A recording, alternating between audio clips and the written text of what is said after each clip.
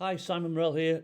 So a lot will know me from the book From Bully to Black Belts, and you know what went through in that book, the bullying from a very early age, and the panic attacks, and the agoraphobia, and the kind of the abusive but non-sexual father, just very controlling and bullying father, and I was just filled with fear. And I overcame that in the book, and I was later on called by some leaders in my field as an authority on fear control. And after it all happened, after From Bully to Black Belts, and I became this, if you like, as they say, the authority in fear control, I realised I needed to be so because some terrible things happened that weren't in the book From Bully to Black Belts. They were featured later on in the sequel, An Everyday Warrior. And basically what it was, I took over my family's business. I bought my father out because he was in financial trouble and he needed someone to buy the business off him. I didn't realise until afterwards what a crook he was and how many people he'd ripped off, and that's kind of a story for another time. But I'm here today to talk about the probably the most frightening time of my life in terms of my own personal safety, but in terms of my family as well, my wife Julie, who you're all familiar with, and my three children. Actually, Billy wasn't born at the time; it was just Luca and Si. So I'm sitting in my office one day, and I'm aware that my father had done business with a guy in Southern Ireland. They'd done a stupid deal that they shouldn't have done. Both men should have known better. My dad said he could give him £120,000 of equipment for £60,000. The guy asked me, should he go ahead of the deal? And I told him, look, when I take over the business, I wouldn't do that deal. That deal is, it's a difficult deal to do. And he asked me, is your dad ripping me off? To which I'm not going to sell my dad out. So I replied, listen, just what I just said, I'm not selling my dad out. All I'm saying is I couldn't do that deal for that price. I couldn't give you £120,000 worth of goods for £60,000. He went against my advice and he did the deal, and that was on him. So he paid my dad £60,000, and of course my dad didn't stump up with the goods. So I didn't know any of this. Okay, this was sort of all done behind my back, if you like. So when I carried on dealing with the guy with different issues, the guy in Southern Ireland, different products that we made, all above board, all legitimate. And then we had a falling out, and little did I know that my dad owed him. It was by this time I think it'd gone down to £50,000. My dad had given him some money back, £48,000 I think. So I get a phone call one day from a supposedly a gangster in Liverpool, a family friend. Well, it wasn't my friend; he was a friend of my father's. And he said, "Listen to me, Si." He said, "I think you're in a bit of trouble." He said, "You owe this guy in County Wexford £60,000." And I said, "I don't owe anybody anything." I said, "What? It's nothing to do with me. Who owes what?" And he said, "Well, apparently you're in the driving seat now." And he said, "But," he said, "I do a lot of work for these guys over here." He said, "Don't make me say it." He said, "They're part of the big Catholic clan." And I said, "No, if it's the Catholic clan, it's the IRA." He said, "Don't say it over the phone." I said, "No, let's call it how it is. If it's the IRA, it's the IRA." So he said, "Well, they're coming after you for the money." So I phoned the original businessman up, and he wouldn't speak to me, put the phone down, blocked my calls, etc. And maybe a month later, I get a phone call on my personal phone. Not many people have my number. Obviously, like most people have a works phone, a personal phone. It was a personal phone, and it was a phone box in Gillingham. And it was in all honesty, it was a very amiable Irishman. And he said, "You owe the guy in County Wexford £60,000. The amounts are all over the place." He said, "We'll settle for £48,000, but you've got a month to find it." And I said, "And what happens if I don't find it?" And then he didn't say he knew my children, he named my children, Luca Jake Morell, Si Tyson Morell.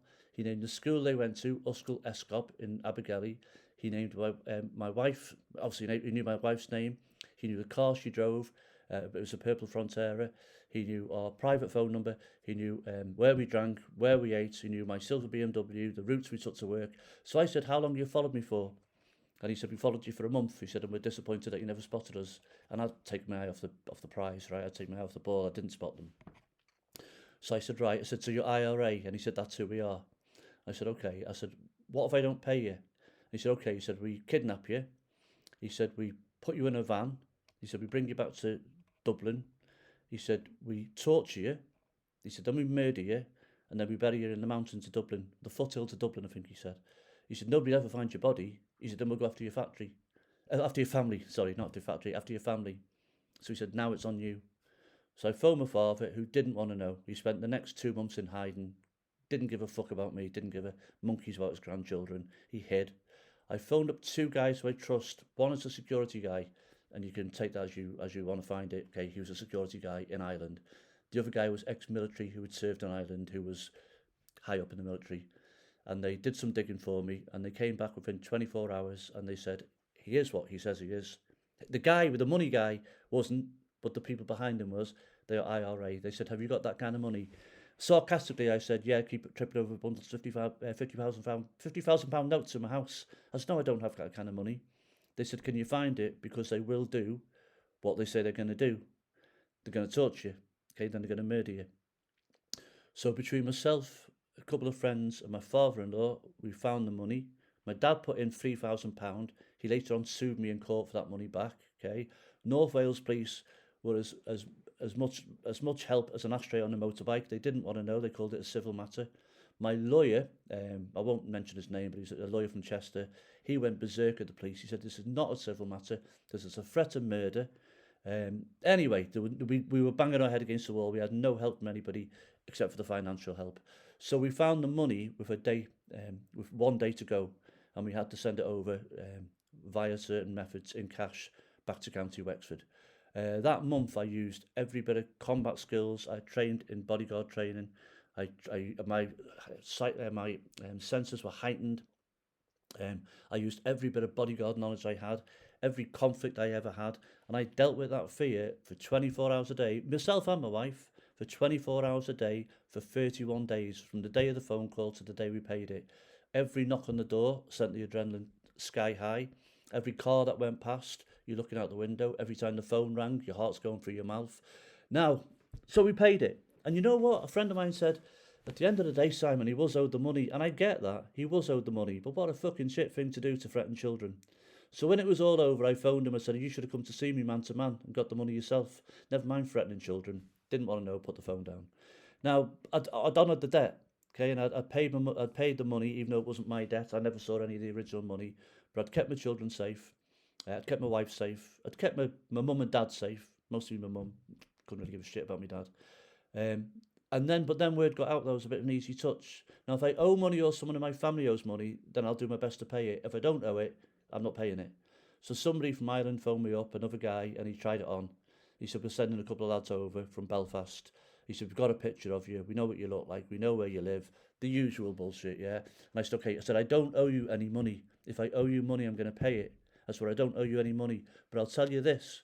If your lads come for me, they'll fucking work for what they're getting.